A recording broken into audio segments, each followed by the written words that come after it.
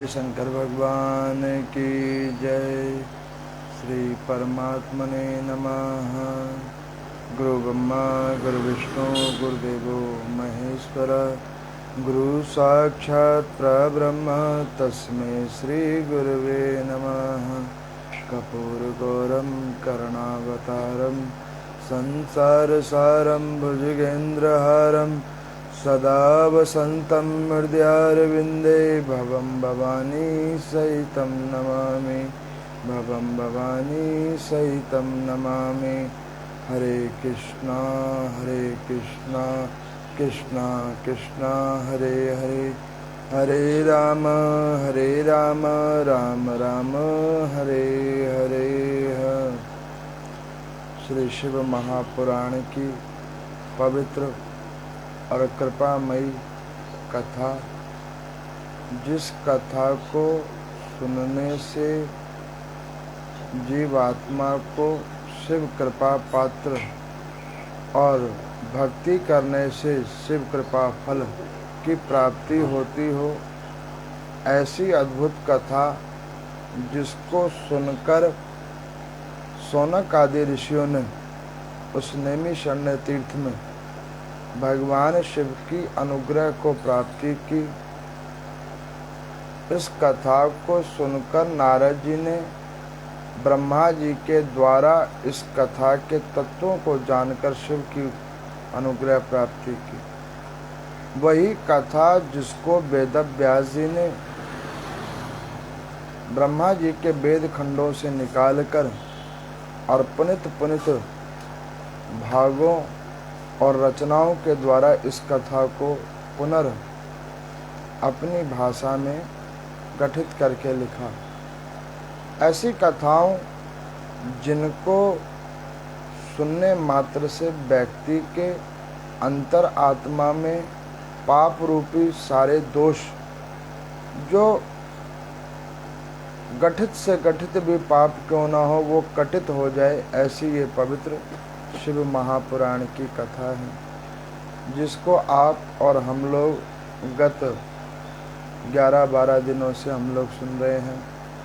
आज द्वादश दिवस है, 12वां दिन है इस कथा का।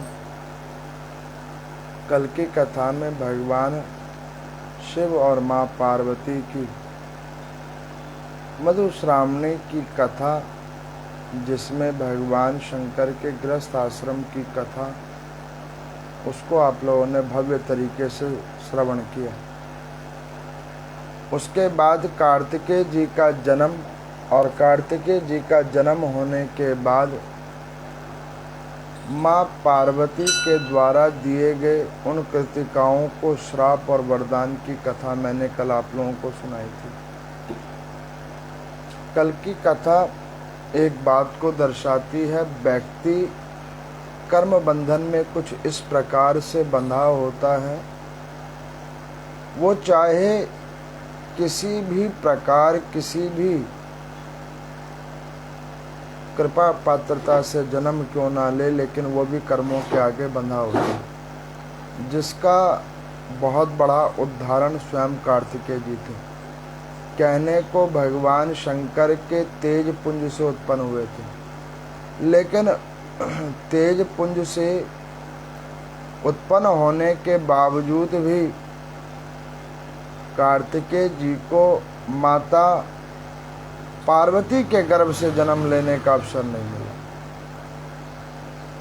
कहाँ उत्पन्न हुए, कहाँ जन्म हुआ और किसके सानिध्य हो गए, ये कर्म बंधनों को दिखलाता है। यहाँ पर सूजी कहते हैं, कई लोग अभिमान करते हैं कि प्रभु ने हमें ये दिया, प्रभु ने हमें वो किया, और ये उपलब्धि को हमने अपने अनुसार उत्पन्न किया। तो ये कथा उन लोगों के लिए भी है जो लोग ये मन में एक वहम बनाकर बैठे हैं कि जो हम कर रहे हैं वही उचित है, बाकी सब व्यर्थ है। ये कथा उन लोगों के लिए भी है। वास्तविक रूप में कल की कथा में आप लोगों ने एक चीज और गौर किया होगा कि माँ पार्वती सती से पार्वती में आई उस समय में उन्होंने भगवान शंकर की वार्ता नहीं मानी और इस काल में भगवान शंकर की वार्ता को उन्होंने ध्यान से सुना नहीं। अब आप आगे की कथाओं में सुनोगे कि माँ पार्वती ने जैसे माता सती ने सुना नहीं और भगवान शंकर की बात को माना नहीं, ठीक उसी के विपरीत इधर माँ पार्वती भगवान शंकर की बात को सुनकर सो जाती। अब आप आगे कथाओं में सुनोगे, कई बार ये क्रम चलेगा। तो यहाँ पर आज की कथा में इंद्रादिक देवताओं ने ब्रह्मा जी के पास गए और उनको निवेदन किया कि प्रभु, इस तारकासुर का वध होना अब अति आवश्यक है। भगवान शंकर का पाणी ग्रहण संस्कार जिस ध्येय से कराया था वो ध्येय पूर्ण होने का पूर्ण समय आ गया है। अब आप कृपा करके भगवान शंकर को विनय करें कि वो अपने उस पुत्र जिसका नाम स्कंद है, उन स्कंद भगवान को निवेदन किया जाए कि वो जाकर उस तारकासुर का वध करे। मेरे को एक श्रद्धालु ने कहा कि पंडित जी, इस कुमार खंड के अंदर में भगवान शंकर की और भी संतानों की कथाएं होंगी। मैं आपको बतलाऊं, शिव महापुराण के अंदर में भगवान शंकर की केवल 2 ही संतानों की कथा है, एक कार्तिकेय जी की और एक गणेश जी की। लेकिन भगवान शंकर की और भी संतानें हैं। शुरुआत भौमा से हुआ था, जो मैंने प्रथम दिन बतलाया था। उसके बाद भगवान शंकर के दूसरे पुत्र कार्तिकेय जी हैं। भगवान शंकर के तीसरे पुत्र हैं मोहिनी। जब भगवान श्रीमन नारायण ने मोहिनी अवतार लिया था, तो उस मोहिनी अवतार और भगवान शंकर के आपसी मिलन से एक बालक उत्पन्न हुआ था जिसका नाम हरिहरण था, जो भगवान श्रीमन नारायण के मोहिनी अवतार और शंकर जी से उत्पत्तित बालक था जिसका नाम हरिहरण था। उसके बाद में इन्हीं भगवान शंकर के द्वारा आगे आप और कथाओं में सुनोगे कि एक और बालक उत्पन्न हुआ एक भक्त के कहने पर में, जिसका नाम मुरुगन रखा गया, अयप्पा रखा गया। उसकी भी बड़ी संक्षिप्त कथा है जो स्कंद पुराण के अंदर में। शिव महापुराण में कुमार खंड में केवल और केवल तारकासुर का वध, कुमारों की उत्पत्ति और इन कुमारों का विवाह, यही कथा है। बृहद रूप में स्कंद पुराण के अंदर लिखा है, जो वस्तुत रूप में आप लोगों को मैं पहले भी कथा के रूप से सुना चुका हूँ। तो यहाँ पर ब्रह्मादिक आदि देवताओं ने भगवान शंकर को निवेदन किया कि प्रभु, कैसे भी करके इस तारकासुर का अब विनाश होना चाहिए। बड़ा उत्पात मचा दिया इसने। ये यज्ञ का फल स्वयं ग्रहण करने लगा है। इंद्रादिक देवताओं को यज्ञों का, पुण्यों का फल ये ग्रहण नहीं करने देता है। मेरे को एक बार और एक श्रद्धालु ने पूछा था कि पंडित जी, यज्ञों का फल देवता ही क्यों लेते हैं? तो मैं आपको बतलाऊं, जब यज्ञ को प्रारंभ किया जाता है, अग्नि नारायण भगवान का आवाहन किया जाता है, तो वो आवाहन ही देवता के ऊपर होता है। जैसे कि एक छोटी सी बात आप समझो, आप किसी सरकारी कार्यालय में गए हैं, तो उस सरकारी कार्यालय के अंदर में जिस भी कार्य से आप गए हैं, उस कार्य को करने के लिए एक सहायक बैठा होता है उसके अंदर में, जो कर्मचारी होता है। आपको जो भी कुछ कहना अथवा सुनना है, आपको उस कर्मचारी को ही कहना सुनना पड़ेगा, क्योंकि उस सरकारी कार्यालय को उस कर्मचारी को सौंपा गया है उस कार्य की देखरेख करने के लिए। ठीक उसी प्रकार से त्रिदेवों ने ये यज्ञ फलों को, पुण्य फलों को ग्रहण कराने के लिए इन देवी देवताओं को छोड़ा है और उन्होंने उनको स्थान प्राप्त करवाया है कि जब जब कोई भी पृथ्वी लोक पर में कोई यज्ञ आदि कर्म करेगा, तप आदि कर्म करेगा, दान आदि कर्म करेगा, तो उसका पुण्य फल ये देवी देवतागण ही प्राप्त करेंगे। जैसे हम लोग आटा दाल चावल खाते हैं भोजन करने के लिए, ठीक उसी प्रकार से हवि रूप में देवताओं का ग्रास और भोजन वो हमारे द्वारा किया गया तप यज्ञ का फल है, जिसे वो ग्रहण करते हैं। मैंने तो एक जगह पढ़ा था किसी शास्त्र के अंदर में कि जिस प्रकार से दैनिक रूप में हम भोजन करते हैं अपने शरीर को स्वस्थ रखने के लिए, ठीक उसी प्रकार से हमें दैनिक रूप में पूजन तप यज्ञ आदि करना चाहिए। इस शरीर के अंदर बैठे हुए आध्यात्मिक शरीर के लिए और उसके द्वारा उस परम पिता परमात्मा के लिए, उसको ये अन्न के रूप में हमारा किया गया तप प्राप्त हो। तो ब्रह्मादिक आदि देवताओं ने भगवान शंकर को कहा कि प्रभु ये तारकासुर क्या नहीं मरेगा? तो उन्होंने कहा कि तारकासुर का वध होगा। किसने कहा नहीं मरेगा? तारकासुर मारा जाएगा। जब आप सब लोगों के कहने पर इस तारकासुर का जन्म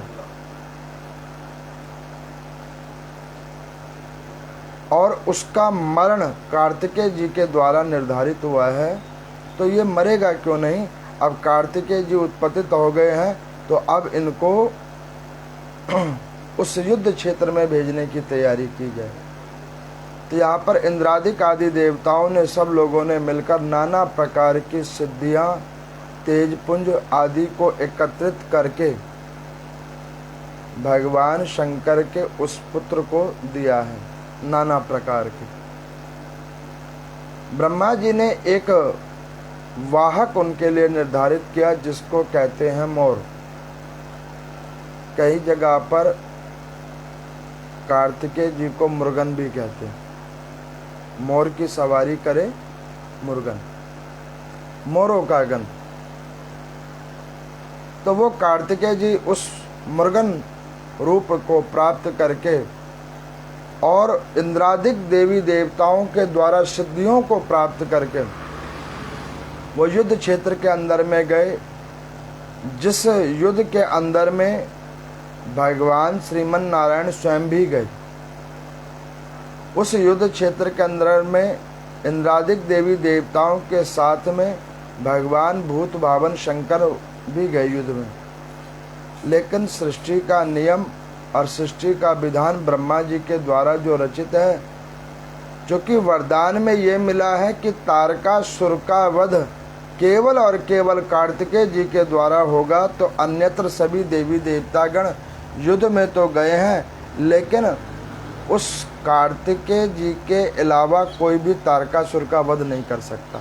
ये कथा एक बात और दर्शाती है, जो हमारे भाग्य में परमात्मा ने लिख कर भेजा है कर्मानुसार। आप जो मर्जी कर लो, जैसे भी कर लो, वो तो आपको भोगना पड़ेगा। उसको बगैर भोगे आप बच नहीं सकते। चाहे आप कैसे भी कोई भी उपाय करवा लो, आपको वो बगैर भोगे आपको इस पृथ्वी लोक से ऊपर जाने नहीं दिया जाएगा। अभी पीछे कुछ समय पहले मैंने देखा कि एक प्रत्यक्ष यहीं पे एक श्रद्धालु थी, बड़ी आस्थावान, बड़ी परमात्मा के प्रति उसकी बड़ी सद्भावना। जीवन भर उसने भगवान का भजन किया, कीर्तन किया, जिसको कई लोगों ने भी देखा और हमने भी देखा। मैंने भी 15 साल तो मैंने ही अपने आगे देखा, उससे पहले से ही वो आते करते। लेकिन उसे अंतिम समय में जो कईयों का कर्ज देना था उस शरीर से, तो वो जब तक उसने कर्ज दे नहीं दिया तब तक उसके शरीर नहीं मुक्त हुए। इसको हमने प्रत्यक्ष देखा। तो जो लोग इस वहम में घूम के बैठे हुए हैं कि ये कर लेंगे तो यहाँ बच जाएंगे, वो कर लेंगे तो वो बचा लेगा, कोई नहीं बचा पाएगा। कर्म तो भोगने ही पड़ेंगे। अब फिर यहाँ पर कोई कहे कि फिर कर्म जब भोगने ही पड़ेंगे तो भगवान का भजन क्यों करे, ये कथा क्यों सुने, ये पूजा पाठ क्यों करे? तो मैं आपको बताऊं, ये बात पूर्ण सत्य है कि कर्म तो आपको भोगना ही पड़ेगा, लेकिन उससे भी पूर्ण सत्य ये है कि जो आप भजन पूजा पाठ करते हो, ये भजन पूजा पाठ आपको उस कष्ट वाले समय में इतनी शक्ति प्रदान करता है कि उसको आराम से सुगमता से झेल पाओ। कहने का अभिप्राय, मान के चलो एक व्यक्ति बीमार हुआ, कर्मानुसार उसके शरीर में रोग दोष लिखा हुआ है, वो अस्पताल में जाएगा, वही वो जाकर एडमिट हो जाएगा, और लेकिन वही घर पे ही उसको कोई औषधि लगे और वो ठीक हो जाएगा, तो ये औषधि लेकर जो ठीक हो जाएगा, ये हो जाएगी प्रभु की कृपा। भाई बीमारी तो आई लेकिन घर ही पे उपचार हो गया। लेकिन कर्मानुसार हमने भगवान का भजन नहीं किया, उनके प्रति अपने सद्भाव को जागृत नहीं किया, तो वेंटिलेटर पे भी जाना पड़ सकता है कर्म को भोगने के लिए। तो यहाँ पर मैं तारकासुर के साथ में जब गंभीर युद्ध हुआ, युद्ध होने के बाद तारकासुर ने नाना प्रकार के अपने शक्तियों का अनुसंधान किया, इंद्रादिक देवी देवताओं को नाना प्रकार के कष्ट दिए। तब अंत में भगवान शंकर को स्मरण करके भगवान स्कंद ने अपने उस भाले को उठाया और तेज पुंज को जागृत करके तारकासुर के सीने में दे मारा, और सीने में जैसे ही लगा वो तारकासुर वहीं पर मृत्यु को प्राप्त कर गया, निस्तेज हो गया उसका शरीर। अब यहाँ पर सूजी कहते हैं कि इसी सीने के अंदर में सब कुछ छुपा बैठा है। कई लोग कहते हैं कि मन के अंदर में बातें भरी होती है, मैं कहता हूँ मन के अंदर में फालतू बातें होती है।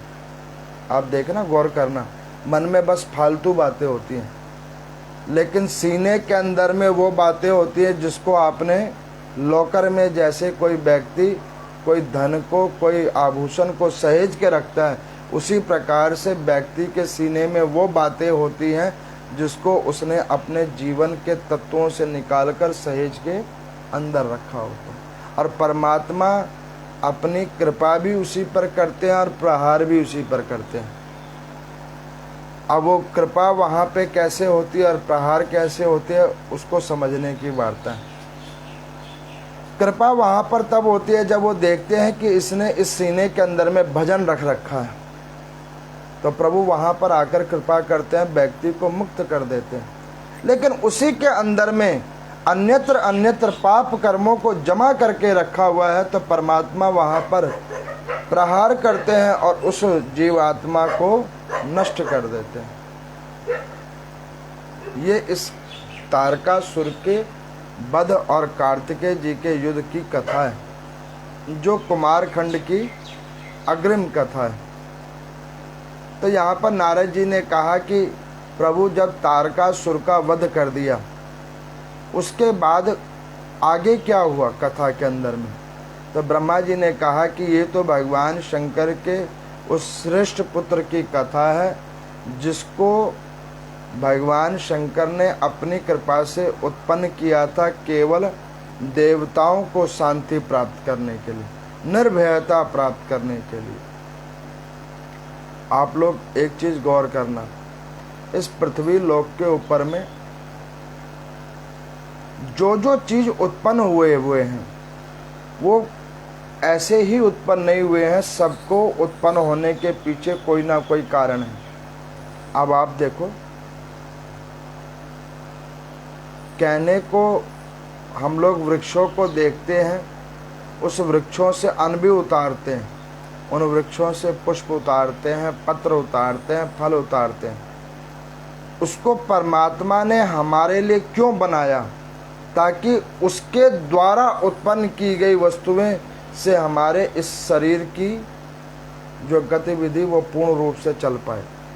अगर वो वृक्ष ना हो तो व्यक्ति क्या खाएगा? मिट्टी तो खाने से रहा, कंकड़ पत्थर खाने से रहा। अच्छा, परमात्मा ने मिट्टी भी क्यों बनाया है? अब आप देखो कि अगर मिट्टी ना हो तो अन्न उगेगा कहाँ पर?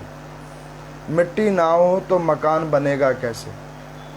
तो इस जो भी चीज़ परमात्मा ने इस पृथ्वी लोक के ऊपर में उत्पन्न किया है, वो सब किसी न किसी कारण के रूप से उत्पन्न किया है।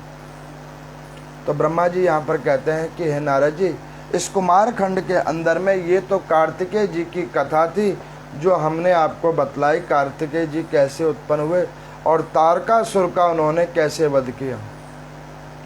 लेकिन जब आगे कुछ समय कल्प बीता तो एक दिन माँ पार्वती और उनकी सखियाँ, एक सखी का नाम जया और दूसरी का नाम विजया, उन्होंने माँ पार्वती को कहा कि हे माता, भगवान शंकर के तेज पुंज से एक बालक उत्पन्न हुआ, लेकिन वो बालक कभी भी आपके पास नहीं रुकता है। क्योंकि कार्तिकेय जी जब तारकासुर को उन्होंने मार दिया तो वो कार्तिकेय जी नीचे उतर के आ गए पृथ्वी लोक पर और साउथ में जाकर बैठ गए। क्यों बैठ गए साउथ में जाकर? वो इसलिए जाकर साउथ में बैठ गए कि उन्होंने देखा कि जहां पर में माता ही सो जाए तो उस बालक का क्या होगा, और जहां पर में जन्म देने से परे पालन करने वाली माता श्रेष्ठकर हो जाए तो उस विधाता का क्या होगा। तो इस लेकर वो कैलाश पर्वत को छोड़कर वो साउथ में दक्षिण दिशा की ओर आकर निवास करने लगे। आकर जब उन्होंने पूर्ण रूप से वास किया वहां पर, तो माँ पार्वती को जया और विजया ने कहा कि माता, आपको क्या संतान की अकेलापन नहीं महसूस होता? आपको क्या संतान के लिए कोई मन में भाव नहीं आता? भगवान शंकर से उत्पन्न हुआ वो बच्चा, वो तो अपने क्षेत्र में चला गया, लेकिन मैं कभी कभी सोचती हूँ कि कोई एक ऐसी संतान तो जरूर होनी चाहिए जो मेरे पास रहे, जो मेरे पास रहे।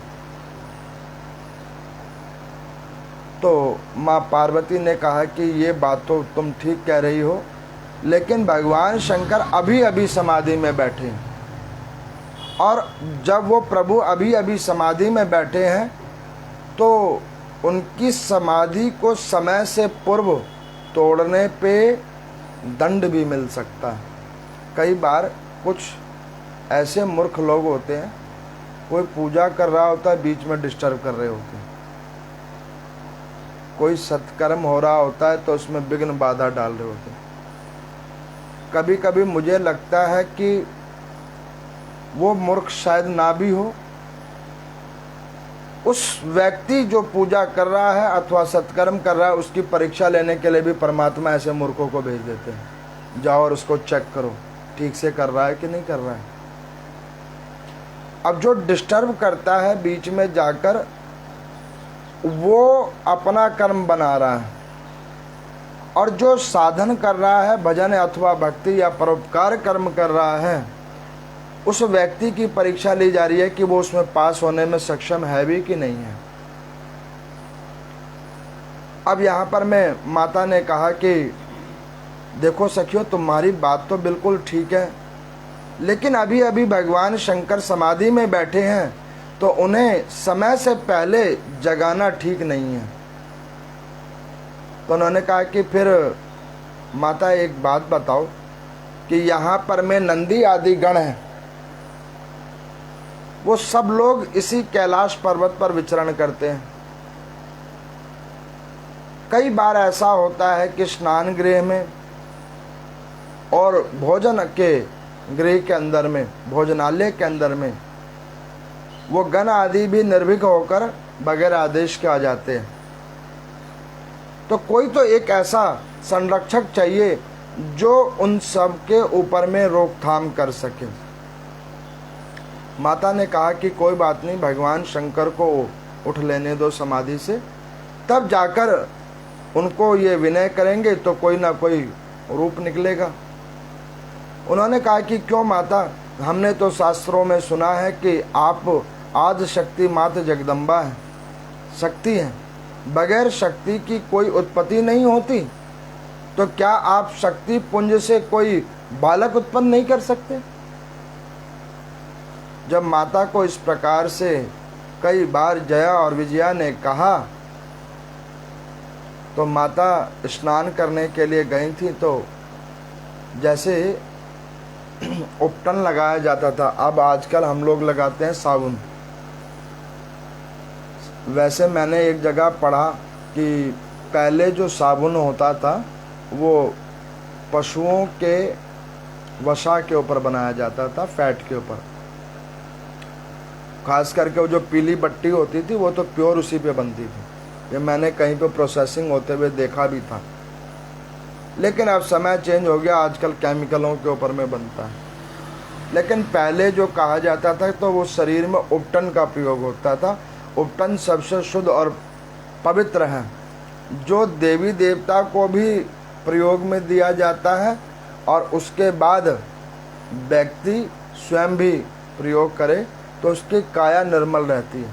आप देखो शादी के प्रोग्राम होते हैं, उसमें जो हल्दी चढ़ाने का टाइम होता है उसमें उपटन ही लगाते हैं लड़के अथवा लड़की को। ये बात अलग है कि उसकी महिमा को लोगों ने कम कर दिया, फेशियल वगैरह की महिमा ज़्यादा बढ़ा दी। ऐसा फेशियल जो रात में चमक दिखे और जैसे ही सुबह हो तो वास्तविक रूप दिखा दे। लेकिन उपटन को आप लगाओ, जैसे हो वैसे ही रहोगे, बस उसमें थोड़ी सी कांति बढ़ जाएगी और वो सुबह हो जाए चाहे रात हो जाए, वो आपका जैसा चेहरा बिल्कुल वैसा रहेगा। ये उपटन एक बात को समझाता है कि अपना जीवन कुछ इस प्रकार से हो कि सुख का दिन अथवा दुख की रात आ भी जाए तो उसमें आपके जीवन में कोई परिवर्तन ना हो, जीवन एक समान रहे, थोड़ा बहुत उतराव चढ़ाव हो, बस एक समान रहे। ऐसा ना हो कि दिन में तो खूब चमक रहे थे और रात जैसे हुई और बीती और वापस जब दिन आया तो मुंह वापस खंडर की तरह नजर आने लगा। ऐसा नहीं होना चाहिए। तो यहाँ पर माँ पार्वती के शरीर के ऊपर में लगे हुए उस उपटन को माँ पार्वती ने उस उपटन से एक बच्चे को उत्पन्न किया, एक बच्चे का आकार दिया। और उस बच्चे का जब आकार दिया तो माता ने उसके अंदर में अपनी शक्ति से प्राण उसके अंदर में डाले। शास्त्रों में वर्णित है गणेश जी केवल माता की ही संतान, कार्तिकेय जी केवल शंकर भगवान की संतान, माँ पार्वती और भगवान शंकर से केवल एक ही संतान है जिसे कहते हैं अशोक सुंदरी। इसके अलावा या तो देवी की संतान है या भगवान शंकर की संतान है, दोनों की समृद्ध संतान एक ही है। अच्छा, समृद्ध संतान एक ही है लेकिन उनका नाम कहीं नहीं है। आप देखते हो कहीं अशोक सुंदरी की पूजा होती है, कहीं नहीं होती। मैं तो आजकल वो जो कथाकार वो जो कथा सुनाते हैं, कहते हैं कि वो सारा कुछ जलेहरी के अंदर में अपने शिव परिवार को बसा कर रखते हैं। आप देखो जलेहरी के अंदर में कौन से शिव परिवार बैठे हुए हैं। शिव परिवार में केवल और केवल भगवान शंकर के जो दो पुत्र हैं, एक माँ पार्वती के द्वारा, एक भगवान शंकर के द्वारा, वही केवल शिव परिवार के अंदर में। जलहरी के ऊपर में केवल और केवल भगवान शंकर के गण वास करते हैं, क्योंकि भगवान शंकर कहते हैं कि मैं अपनी संतान को फिर भी बाद में पूछूंगा, जो मुझ में श्रद्धा रखता है, मुझ में विश्वास रखता है, उसकी पूजा पहले होगी। भगवान शंकर के बहुत सारे गण हैं जिसमें कीर्ति मुख भी हैं। कई देव स्थलों में कीर्ति मुख और वीरभद्र की पहले पूजा होती है, उसके बाद में होता है। जहाँ जैसा जगह है उस अनुसार, लेकिन ठीक है, अपना अपना ज्ञान है, अपना अपना विवेक है, अनुसार लोग कथा कहते और सुनते हैं। लेकिन मैं ये कहता हूँ कि जो ग्रंथ में लिखा हो केवल वही कहना और वही सुनना चाहिए, अन्यत्र अपनी बातों को कहने सुनने का कोई लाभ नहीं।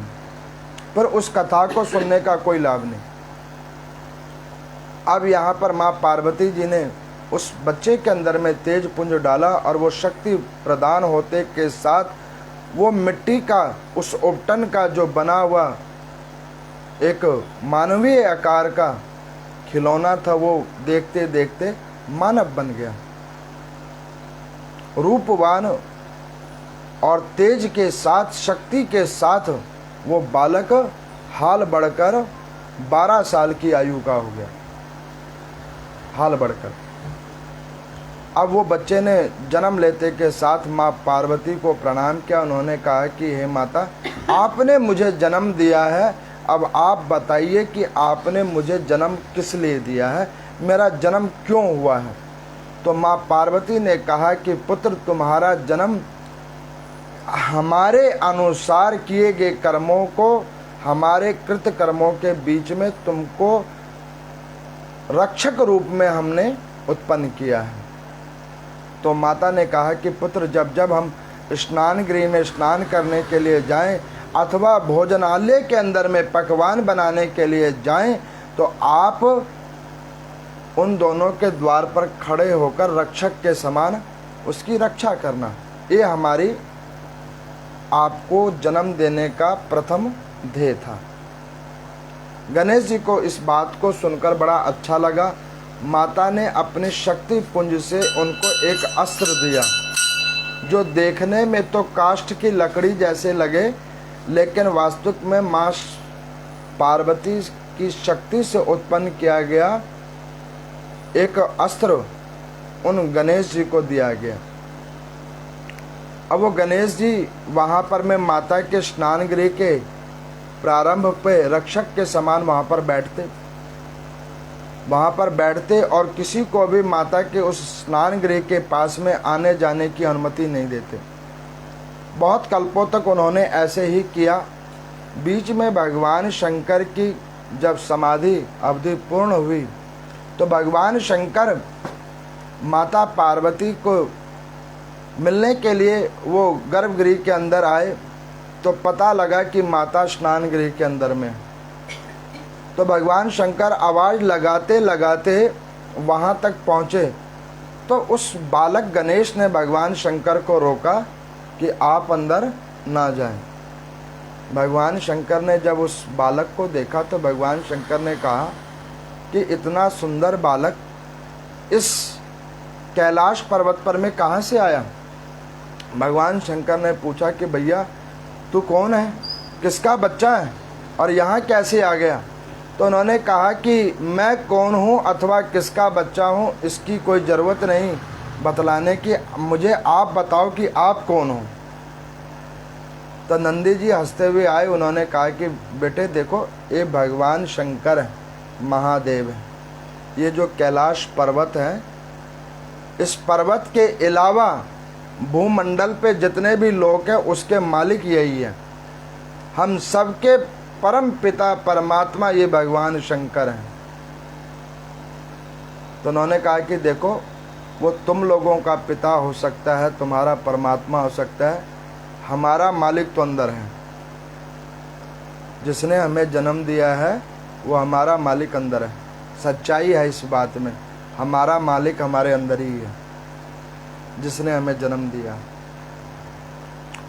अब यहाँ पर मैं नंदी जी ने कहा कि देखो कोई बात नहीं, तुम एक काम करो, अंदर जाओ, अपने मालिक से पूछो कि भगवान भूत भावन शंकर आए हैं और वो आपसे मिलना चाहते हैं। तो अपने मालिक को बता दो तो तुम्हारा मालिक अपने आप बाहर आ जाएगा। अब जब ये कहा तो उन्होंने कहा कि देखो, माता ने हमें कहा है कि व्यक्ति का यहाँ पे आना निषेध है और तुम तो पशु हो, तुम्हारा तो बिल्कुल ही निषेध है। भगवान शंकर ने जब सुना नंदी जी को गणेश जी ने पशु कहा तो भगवान शंकर हंसने लगे। उन्होंने कहा कि एक बात है, बच्चा बड़ा मनोहर है, बात बड़ी अच्छी करता है। भगवान शंकर ने कहा कि अच्छा एक काम करो कि तुम आवाज़ लगाओ अपने मालिक को और बोलो कि भगवान शंकर आए। उन्होंने कहा देखो आपका प्रवेश यहाँ पर निषेध है, हम किसी को आवाज़ नहीं लगाएंगे। फिर भगवान शंकर ने सोचा कि भाई इतना छोटा बच्चा लेकिन बातें इतनी तेज, ये कोई साधारण बच्चा नज़र नहीं आ रहा है। फिर भगवान शंकर ने कहा कि देखो मुझे क्रोध मत लाओ, मुझे क्रोध, मेरे अंदर में क्रोध भी हाल आ जाता है, मेरे अंदर में क्रोध को उत्पन्न मत होने दो। एक काम करो, अंदर में जो माता पार्वती है उनको बोलो वो आ जाएं बाहर। वो फिर हट करने लगा बच्चा, और अंत में हट करते करते उस बच्चे ने नंदी जी को, जो वो माता ने जो शस्त्र दिया था, उस शस्त्र से नंदी जी को मारा। जब नंदी जी को एक बार वो शस्त्र लगा, काष्ठ रूपी शस्त्र, तो नंदी जी अचेत होकर पृथ्वी पर गिरे। शक्ति का शस्त्र हर कोई सहन नहीं कर सकता। उस शक्ति का शस्त्र जैसे ही नंदी को लगा, वो अचेत होकर पृथ्वी पर गिरे। इसको देखकर भगवान शंकर को हाल क्रोध आ गया। यहाँ पर सूत जी से शौनक आदि ऋषियों ने पूछा कि प्रभु, यहाँ पर भगवान शंकर दिव्य दृष्टि से ये भी तो देख सकते थे कि ये बालक है कौन, ये है कौन। क्यों नहीं भगवान शंकर ने दिव्य दृष्टि से देखा कि ये बालक शक्ति से उत्पन्न है। तो यहाँ पर सूत जी कहते हैं कि अगर भगवान शंकर ये बात तभी देख लेते तो वो गणपति कैसे बनते, वो सर्वप्रथम पूजनीय कैसे बनते, और उनके ऐसी उनकी पूजन का क्रम विधि कैसे होता। ये तो सृष्टि के अंदर में प्रभु ब्रह्मा जी के द्वारा जो सृजन था उसके अनुरूप भी तो कार्य होना था। इसीलिए भगवान शंकर ने ध्यान दृष्टि से नहीं देखा उस बालक को। भगवान शंकर को क्रोध आया, उन्होंने कहा कि बालक ये तुमने काम ठीक नहीं किया, ये मेरी पत्नी है अंदर में जो तुम्हारी माता है, और तुमने मुझे उससे मिलने से रोका है, और ऊपर से तुमने मेरे गण को मारा है, ये तुमने ठीक नहीं किया है। अब जब जैसे ही गणेश जी ने सुना कि माता को पत्नी का नाम दिया गया तो और क्रोध उत्पन्न हुआ। उसने वो काष्ठ का उठाया हुआ जो शक्ति तेज शस्त्र था वो भगवान शंकर की ओर फेंका। जो ही भगवान शंकर के त्रिशूल में वो लगा, खंड खंड हो गया। अब जैसे ही वो खंड खंड हुआ तो उस बच्चे को और क्रोध आया और वो भगवान शंकर की ओर दौड़ा। अब इसको देखकर भगवान शंकर को बहुत क्रोध आया। उन्होंने बालक को कई बार रोकना चाहा। जब वो बालक नहीं रुका तो भगवान शंकर ने क्या किया, त्रिशूल उठाया और सर धड़ से अलग कर दिया। सर धड़ से अलग हुआ, नंदी जी की चेतना जागृत हुई। चेतना जागृत हुई, वो बच्चे का सर धड़ से अलग हुआ देख और वहाँ भगवान शंकर को वापस अपने स्थान पर जाकर समाधि में देख वो भयभीत हो गए कि ये क्या हो गया। अब वो भयभीत नंदी जी अंदर में गए। इधर जया विजया ने जाकर माँ पार्वती को कहा कि माता, जिस बालक को आपने जन्म दिया उसे भगवान शंकर ने प्राण दंड दे दिया। माता का कोप इतना प्रकोपमय हो गया कि वो चहुदिशी के अंदर में माता सुतल लोक से, भूलोक से परे होकर अन्यत्र अन्यत्र तीनों लोकों को परे होकर उनका रुद्राणी रूप उत्पन्न हो गया। माता के मुख से अग्नि निकलने लगी और हुंकार में अट्ठास करते हुए माता का स्वर चौदिशी में फैलने लगा। घबराकर ब्रह्मा जी इंद्रादिक देव फटाफट नीचे आए कि अब क्या प्रॉब्लम हो गई। तारकासुर का तो काम हो गया था, अब ये ऐसी प्रॉब्लम अकस्मात कहाँ से हो गई। अब वो सब नीचे उतर के आए तो उन्होंने देखा कि माता का ऐसा रूप, और उन्होंने जब देखा माता का ऐसा रूप तो सब लोगों ने हाथ जोड़कर निवेदन किया कि माता, आपने ऐसा उग्र रूप क्यों बनाया है, क्या कारण है। तो उन्होंने कहा कि मैंने ये उग्र रूप अपने संतान की मृत्यु पे बनाया, जिसे भगवान शंकर ने मार दिया। एक पिता ने ही अपने पुत्र को मृत्यु को प्रदान कर दिया। भगवान शंकर को जाकर नंदी ने कहा कि प्रभु आपसे बहुत बड़ा कष्टदायी कर्म हो गया। वो माँ पार्वती का वो संतान था, माँ पार्वती के शक्ति से उत्पन्न किया गया वो बालक था और उसे आपने प्राण दंड दे दिया। इसको सुनकर भगवान शंकर को भी मन में बड़ा ग्लानिन भाव हुआ कि ये मैंने वाकई ठीक कर्म नहीं किया। बाल हट के आगे श्रेष्ठ जनों को झुकना ही पड़ता है। अब भगवान शंकर ने ये बात को माना और वहां पर आए। उन्होंने देखा तो माँ पार्वती का रुदन देखा। तो भगवान शंकर ने कहा कि देवी आप रुदन मत करो, आप बताओ मैं क्या करूं।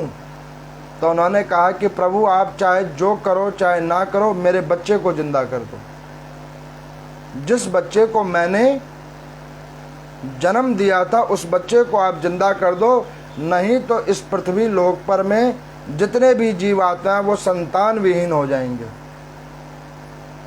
ब्रह्मा जी ने कहा कि हे शंकर भगवान, ये आपके घर का आपसी मैटर है, जल्दी से सलटाओ। आपके चक्कर में औरों की भी संतान ना हो, ये गड़बड़ हो जाएगी, इसको जल्दी से क्लियर करो। भगवान शंकर ने नंदी जी को कहा कि देखो एक काम करो, पृथ्वी लोक पर में जाओ, जो माता करवट करके सोई हो अपने बच्चे से, करवट करके सोई हो, उसका सर धड़ उतार कर ले आओ। जाओ। पूरे पृथ्वी लोक के ऊपर में घूमे नंदी जी, हथनी को छोड़ और हाथी को छोड़, उन्हें और कोई नहीं मिला। तो वो गज के मुख को उतार कर लेकर आए, भगवान शंकर के हाथ में दिया। भगवान शंकर ने मृत संजीवनी विद्या के द्वारा उस बालक को पुनः जन्म किया और वो बच्चे ने जन्म लेते के साथ, प्राण आते के साथ पहला शब्द क्या कहा? ओम नमः शिवाय। भगवान शंकर को प्रणाम किया।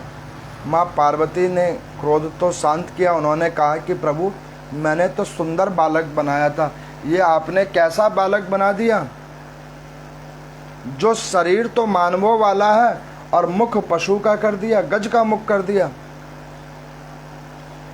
तो इस बात को सुनकर ब्रह्मा जी ने कहा कि माता ये कोई साधारण बालक अब नहीं है, ये भगवान शंकर के द्वारा पुनः उत्पन्न है। मैंने स्कंद पुराण में एक जगह ये भी पढ़ा था कि गणेश जी भी भगवान शंकर ही की संतान है। स्कंद पुराण में कैसे? जो पार्वती जी का संतान था वो तो मृत हो गया था और भगवान शंकर ने पुनः प्राण डाले, और जन्म जो दे वही पिता होता है। तो भगवान शंकर की ही संतान है भगवान गणेश जी, लेकिन शास्त्रों में वर्णित है कि देवी की संतान है। लेकिन मैंने स्कंद पुराण में एक जगह पढ़ा था कि गणेश जी भी भगवान शंकर की ही संतान है, उन्हीं के द्वारा उत्पत्तित है। तो उन्होंने कहा कि ब्रह्मा जी ने कहा कि आप ऐसे क्यों करते हो, ये साधारण अब संतान नहीं है, ये भगवान शंकर के द्वारा प्राण जिसको मिले हों, तो ये कोई साधारण अब बालक नहीं है, ये अपने आप में अग्रिम हो चुके हैं। तो भगवान शंकर ने कहा कि देवी आप कुंठित क्यों होती हो, मेरी पूजा चाहे जहाँ हो चाहे ना हो, लेकिन अगर इसकी पूजा कहीं नहीं होगी तो कोई सिद्ध कार्य नहीं होंगे। अग्रिम देवता गणपति जी को बनाया, उन गजानन जी महाराज को अग्रिम देवता बनाया। ये भगवान शंकर ने वरदान दिया। ब्रह्मादिक आदि देवताओं ने कहा कि जहाँ जहाँ पर गणपति जी चलेंगे वहाँ पर में उनकी पूजा करने पर रिद्धि सिद्धि की प्राप्ति होगी। भगवान गणपति जी की दो स्त्रियां हैं, रिद्धि और सिद्धि। पुत्र हैं शुभ और लाभ। गणपति जी के पुत्र हैं शुभ और लाभ, जिसकी कथा भी आप आगे कुमार खंड में इनके विवाह के अंदर में सुनेंगे। तो यहाँ पर में गणपति जी को नाना प्रकार का वरदान मिला है, नाना प्रकार की लीलाएं हुई हैं जो भगवान शंकर के द्वारा हुई हैं। और माँ पार्वती को अंत में शांत करके कहा है प्रभु ने कि देवी जो होता है वो किसी कारण के लिए ही होता है, इसको सत्य मानकर इस बच्चे को अपनाओ और इस बच्चे की महिमा जैसे कार्तिकेय की है उसी प्रकार इसकी भी होगी। मेरे शिव परिवार के अंदर में ये बच्चे की पूजा अग्रिम भाव में होगी। माता को अच्छा लगा, माता ने उस बच्चे को गोद में उठा लिया।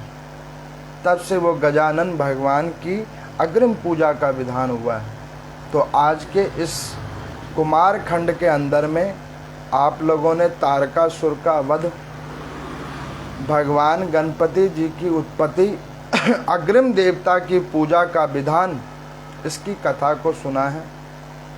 इस शिव महापुराण में लिखा है कि जो भी कोई व्यक्ति भगवान गणपति की उत्पत्ति की कथा को सुनता है, उनके जीवन में कैसे भी विघ्न बाधा क्यों ना हो, कैसे भी कष्ट रूप के बाधाएं क्यों ना हो, उसको विघ्नहर्ता भगवान गणपति कटित कर देते हैं। और जो इस कथा को सुनकर भाव निष्ठा पूर्ण रूप से भगवान शंकर की महिमा को मान लेता है कि प्रभु जो करते हैं वो उत्तम करते हैं, उस जीवात्मा का पुनः पुनः रूप में कल्याण होता है। ओम नमो नारायण।